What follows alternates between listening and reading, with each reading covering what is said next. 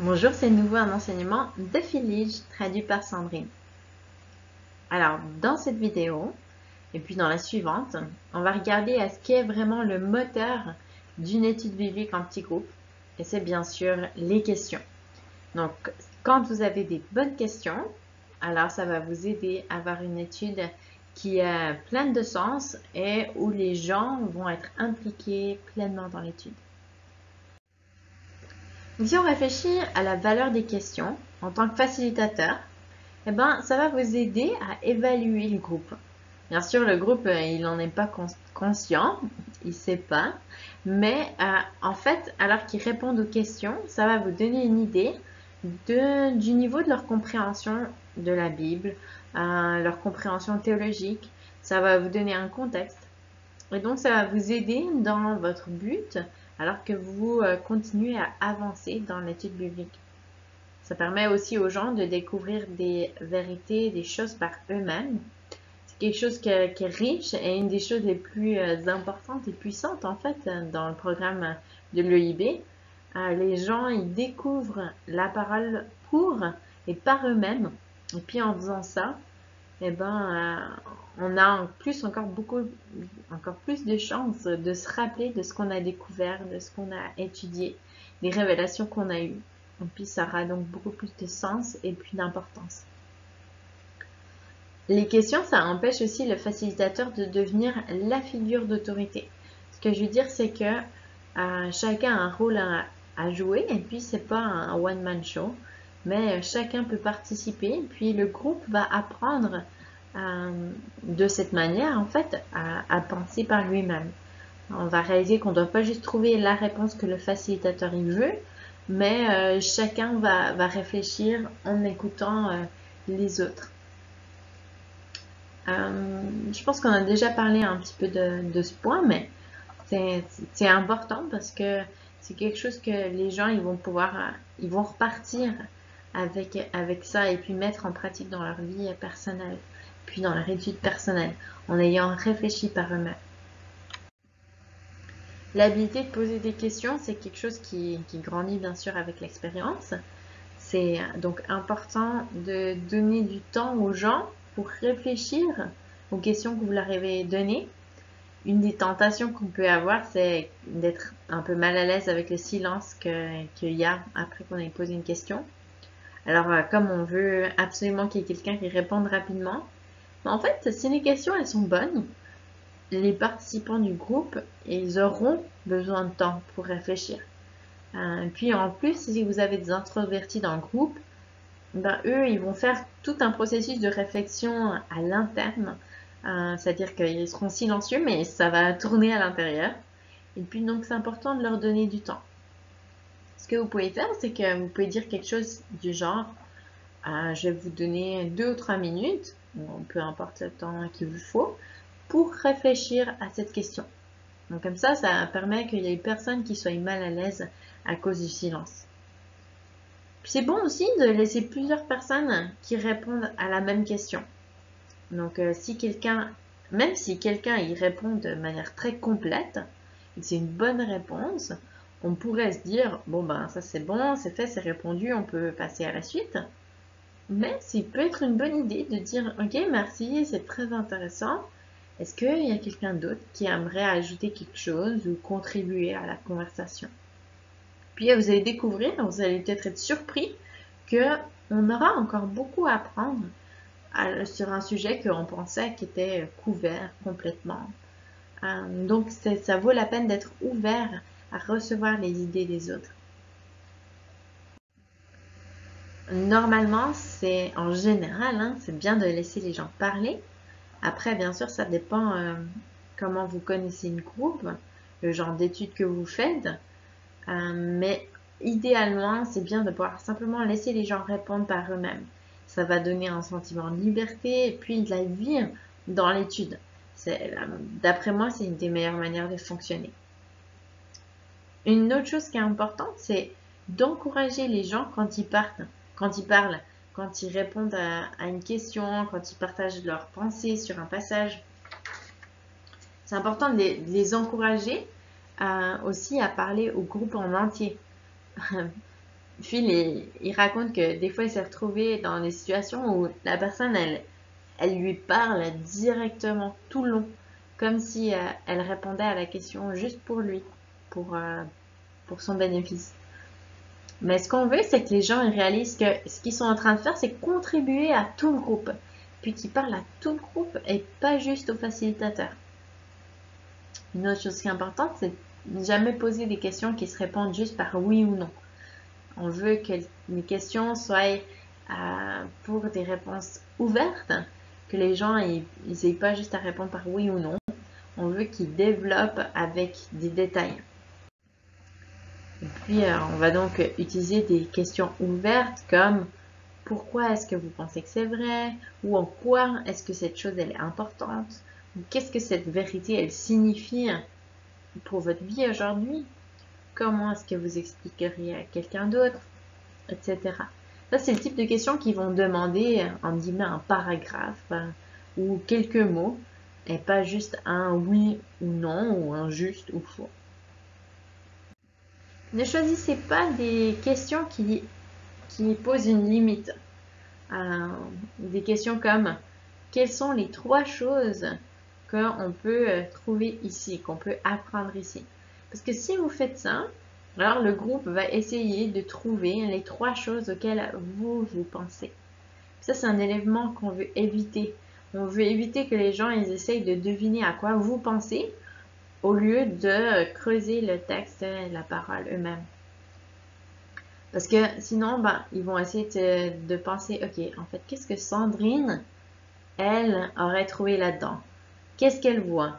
Qu'est-ce que je dois répondre pour avoir la bonne réponse pour que Sandrine, si par exemple c'était moi qui dirigeais l'étude, soit d'accord avec ce que j'ai trouvé? Donc, on veut pas qu'ils devinent ce que nos pensées, on veut qu'ils cherchent la parole. Et puis, on sait qu'ils vont découvrir des choses, même des choses qu'on n'a pas pensées. Donc, c'est ça le but en fait. Si vous utilisez un livre d'études avec des questions qui sont déjà écrites, et puis surtout si par exemple le groupe il est nouveau ou qu'ils ne se connaissent pas très bien entre eux, alors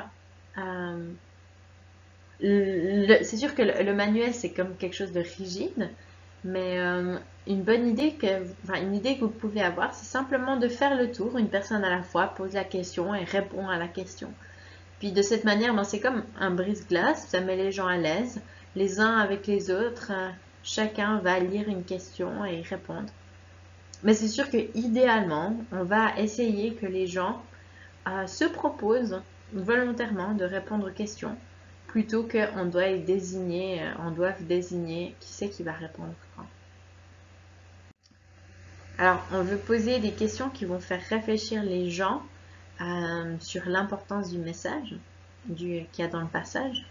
Donc, on va leur poser des questions qui doivent répondre par un paragraphe, par plusieurs mots, mais on ne veut pas non plus leur poser des questions qui soient trop complexes. Une question complexe, c'est quand en fait il y a 2 ou 3 questions en une. Donc, plutôt que d'avoir une question avec 3 questions en une, on va la séparer avec 3 questions distinctes. Donc, si vous avez une question avec un mais ou bien avec un et, c'est sûrement que en fait vous avez 2 questions. Alors, ce serait mieux d'essayer de les séparer pour qu'il n'y ait plus que 2 questions. Ok, alors qu'est-ce qu'on fait quand la réponse d'une personne a vraiment rien à voir avec le passage?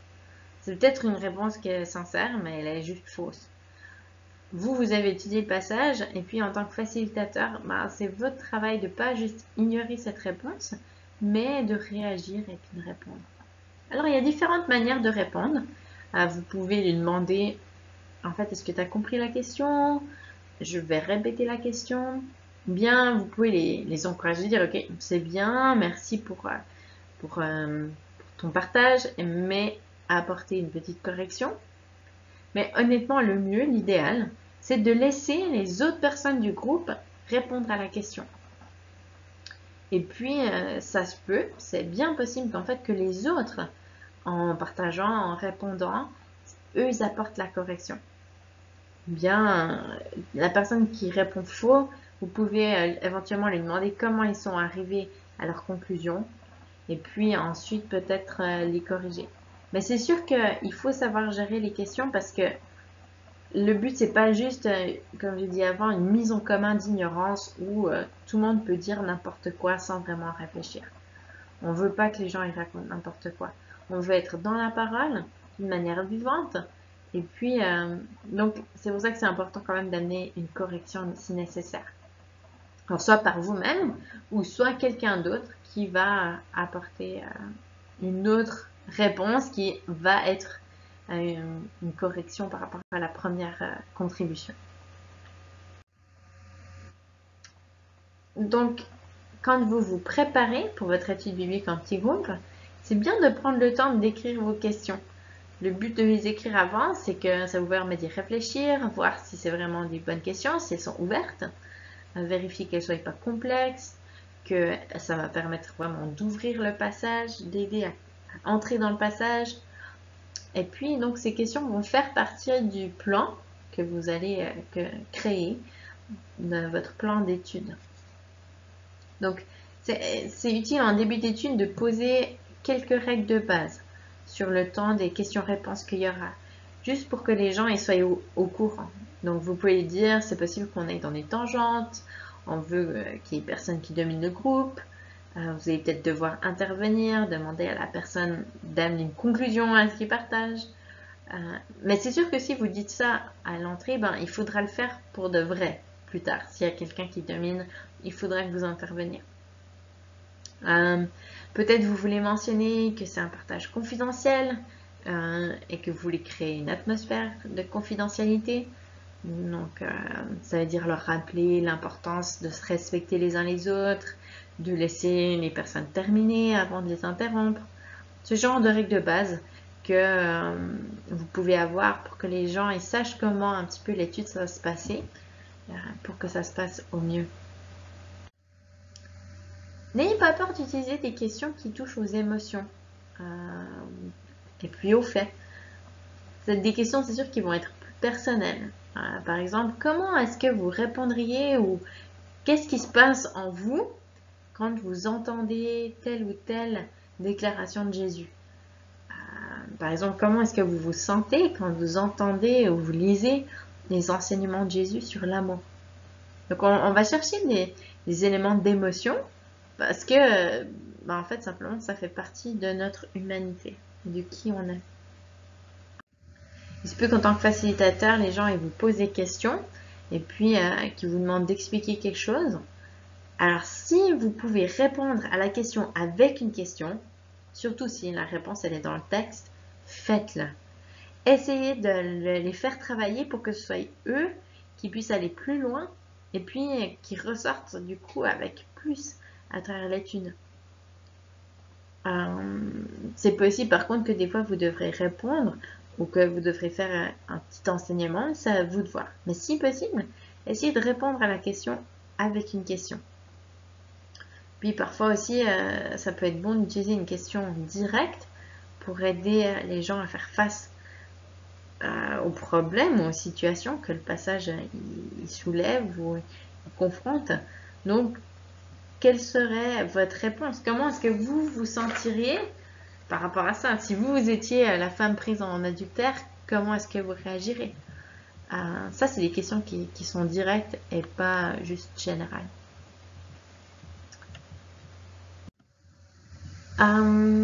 Des erreurs à éviter dans les questions.